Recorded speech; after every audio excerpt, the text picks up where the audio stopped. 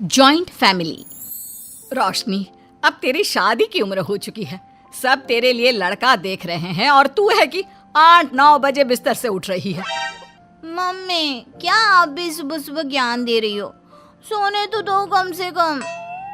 क्या करें, अब तेरी हरकतें ही ऐसी हैं। चल अब बिस्तर छोड़ और मेरे साथ खाना बनाना सीख। ना, मैं नहीं बना रही खाना वाना। आप प्लीज जाइए ना यहाँ से। रोशनी की बातों से निराश होकर निशा वहाँ से चली जाती है।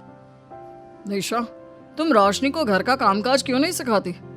अगर यही हाल रहा फिर तो 2 दिन में उसके ससुराल वाले उसे यहाँ छोड़कर चल देंगे। मैं तो बहुत कोशिश करती हूँ उसे घर की जिम्मेदारियाँ सिखाने की, लेकिन वो मेरी सुने तब ना। आप तो जानते ही हैं ना कि वो कितनी जिद्दी है। हमें निशा के लिए एक ऐसा लड़का ढूंढना होगा जिसका भरा पूरा परिवार हो, सास ससुर से लेकर जेठ जिठानी देवर ननद सब हो। यहाँ ना सही, लेकिन शादी के बाद उसे वहाँ अपनी जिम्मेदारियों का एहसास जरूर होगा। कुछ दिनों के बाद रोशनी का परिवार उसके लिए लड़का देखना शुरू कर देता है और एक दिन चिराग नाम का लड़का रोशनी को देखने अपने परिवार के साथ उसके घर पहुंच जाता है। देखिए भाई साहब, मैं पहले ही आपको बता देती हूँ, हमारा परिवार बहुत बड़ा है, इसलिए अगर आपकी लड़की हमारे घर की जिम्मेदारियाँ बिना ना नुकुर के उठा सकती है तभी हम ये रिश्ता पक्का करेंगे। अरे ये भी कोई बोलने वाली बात है बहन जी। हमारी रोशनी आपके पूरे परिवार को बैठे बैठे खिला सकती है, इतनी जिम्मेदार है मेरी बेटी। अगर ऐसी बात है फिर तो हमें इस रिश्ते से कोई आपत्ति नहीं है। तो फिर चट मंगनी पट ब्याह के बारे में क्या ख्याल है? हाँ, बिल्कुल। शादी में देर किस बात की? 3 हफ्ते बाद ही शादी का शुभ योग है। अगर आपको कोई दिक्कत ना हो तो हम इनकी शादी भी 3 हफ्ते बाद ही करा देते हैं। अरे हमें इसमें कोई परेशानी नहीं है। इस तरह दोनों परिवारों में शादी की तैयारियां शुरू हो जाती है और कुछ ही दिनों बाद रोशनी की शादी चिराग से करा दी जाती है। शादी के बाद, बहू, इनसे मिलो। ये है तुम्हारी दादी सास, ये बड़ी सास और बड़े ससुर, ये तुम्हारे जेठ, ये जेठानी, ये दोनों तुम्हारे देवर और ये इस परिवार की सबसे छोटी बेटी सिमरन, यानी कि तुम्हारी ननद है। परिवार में इतने सारे लोगों को देखकर रोशनी का सर चकरा जाता है। वो अपना सर पकड़ लेती है और मन ही मन सोचने लगती है, हे भगवान, ये किस जन्म का बदला लिया है आपने मुझसे? मैंने क्या बिगाड़ा था आपका जो आपने मुझे ऐसा परिवार दिया? बेटा, किस सोच में पड़ गई तुम? और कितने लोग हैं आपके परिवार में? बस हम इतने ही लोग हैं बेटा, ज्यादा लंबा परिवार नहीं है हमारा। अब इससे लंबा और कितना बड़ा परिवार होगा आपका? ये ससुराल कम चिड़ियाघर ज्यादा लग रहा है। कुछ कहा क्या तुमने बेटा? नहीं मम्मी जी, वो मैं बहुत थक गई हूँ, तो क्या अब मैं सोने जा सकती हूँ? हाँ, क्यों नहीं बहू। चिराग, बहू को अंदर कमरे में लेकर जा। जी माँ। चिराग रोशनी को अंदर कमरे में लेकर जाता है। चिराग, मुझे यहाँ नहीं रहना, मुझे अलग रहना है। ये तुम क्या बोल रही हो रोशनी? अभी तो आई हो तुम और अभी अलग होने की बात कर रही हो। परिवार वालों को पता चलेगा तो कितने दुखी होंगे वो लोग। मुझे नहीं मतलब किसी से, और इसे तुम परिवार कहते हो? ये परिवार कम कोई गली मोहल्ला ज्यादा लग रहा है। रोशनी, अभी तुम नई हो इस परिवार में, इसलिए शायद तुम्हें ऐसा लग रहा है। कुछ दिन में आदत हो जाएगी तुम्हें। चिराग की बात सुनकर रोशनी अपना सर पकड़ लेती है। आपको समझाना तो दीवार में सर पटकना है। मैं सो रही हूँ, लाइट ऑफ मत करना, मुझे अंधेरे में नींद नहीं आती। इतना बोलकर रोशनी बिस्तर पर लेट जाती है।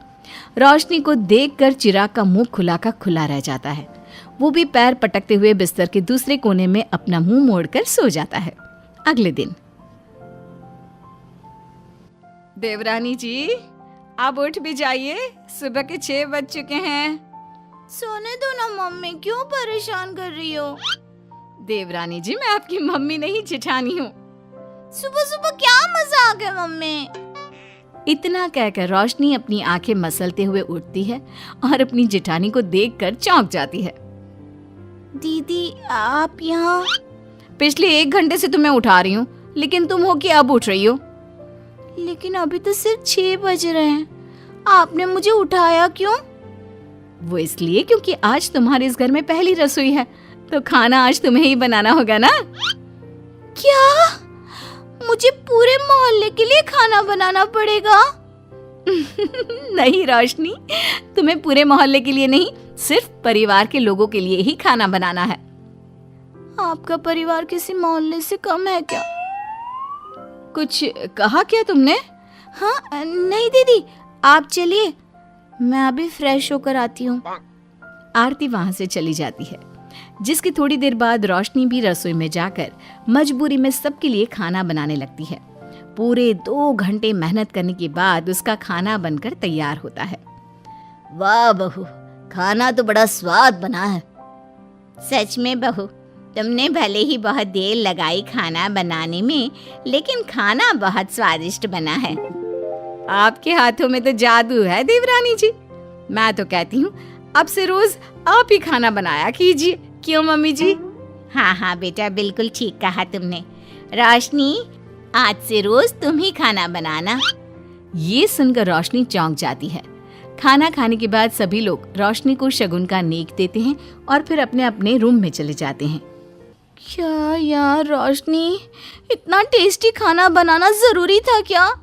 अब फंस गई ना तू। ये सब माँ पापा की वजह से हो रहा है, उनके कारण मुझे ये सब झेलना पड़ रहा है। रोशनी गुस्से में अपने रूम में जाती है और अपनी माँ को फोन मिलाती है।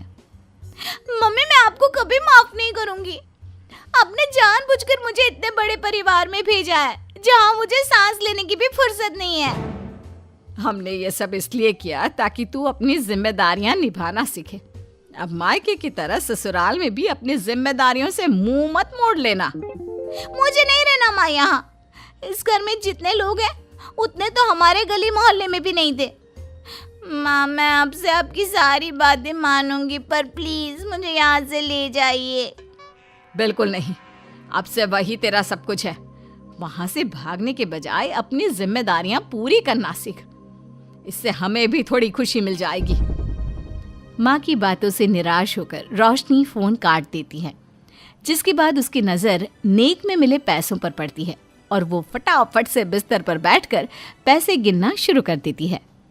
अरे वाह, ये तो पूरे 25,000 रुपए हैं।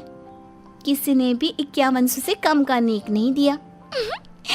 चलो अच्छा है, कुछ तो फायदा हुआ इतने बड़े परिवार में शादी करने का। अब इन सब पैसों से मैं अकेले शॉपिंग करूंगी, बहुत मजा आएगा। शॉपिंग के बारे में सोच सोच कर ही रोशनी अपने बिस्तर पर कूदने लगती है।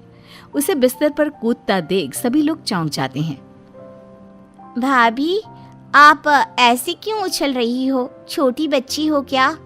अपनी ननद की बात सुनकर रोशनी का मुंह खुला का खुला रह जाता है। थोड़ी देर बाद रोशनी घर में बिना बताए शॉपिंग के लिए निकल जाती है और शगुन में मिले पूरे पैसों को शॉपिंग में उड़ा देती है। शाम में, देवरानी जी कहाँ गई थी आप? जानते हैं सब आपके लिए कितना परेशान हो गए थे, कम से कम आपको बताकर तो जाना चाहिए था ना। सॉरी दीदी, मैं आप लोगों को बताना भूल गई। वैसे इतने सारे बैग किस चीज के हैं? तुम शॉपिंग करने गई थी क्या? हाँ दीदी, वो आज नेक में इतने सारे पैसे मिले थे ना, तो मैंने सोचा क्यों ना मैं उन पैसों की शॉपिंग ही कर लूं। अरे वाह, ये तो बहुत अच्छा सोचा तुमने। मम्मी, पापा, सिमरन, देवर जी, सब बाहर आइए। देखिए रोशनी हम सब के लिए क्या लाई है। रोशनी कुछ समझती उससे पहले ही वहाँ सब लोग आ जाते हैं। क्या हुआ आरती बहू, क्यों चिल्ला रही हो? अरे देखिए ना माँ, रोशनी हमारे लिए शॉपिंग करके आई है। वो देखिए रोशनी हम सब के लिए कितने कपड़े लेकर आई है। आरती की बात सुनकर रोशनी के पैरों तले जमीन खिसक जाती है। उसके मुंह से एक शब्द तक नहीं निकलता। सच में भाभी, आप कितनी अच्छी हो। बेटा, हम सबके लिए तुझे खरीदारी करने की क्या जरूरत थी? अभी तेरी नई नई शादी हुई है, तुझे अपने लिए लेना चाहिए था ना। एक काम कर, ये सारे कपड़े तू ही रख ले, किसी को कुछ देने की जरूरत नहीं है। चलो कोई तो समझदार है इस घर में। वाह भाभी, कितनी सुंदर ड्रेस है। ये शॉर्ट ड्रेस मुझे पता है आप मेरे लिए ही लाए होंगे, है ना? इसे मैं रख लेती हूँ।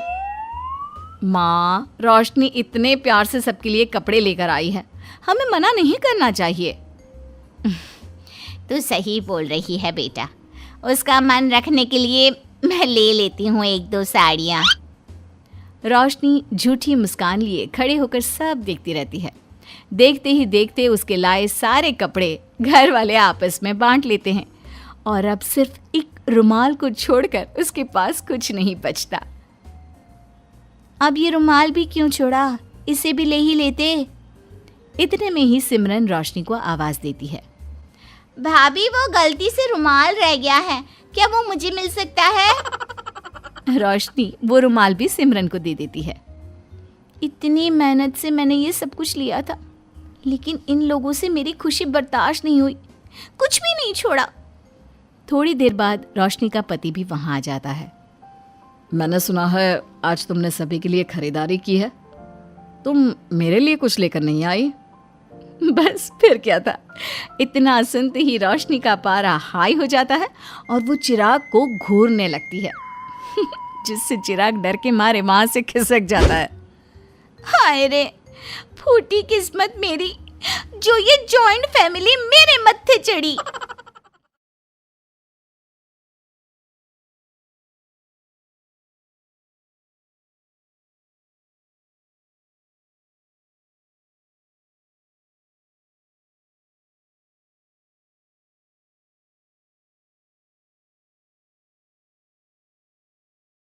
खेले हम फ्री फायर, मस्ती से भरपूर, दोस्तों के संग करें हम भरपूर शोर। बैटल ग्राउंड में हम सब उतरे, जीत की चाह में दिल से लड़ें।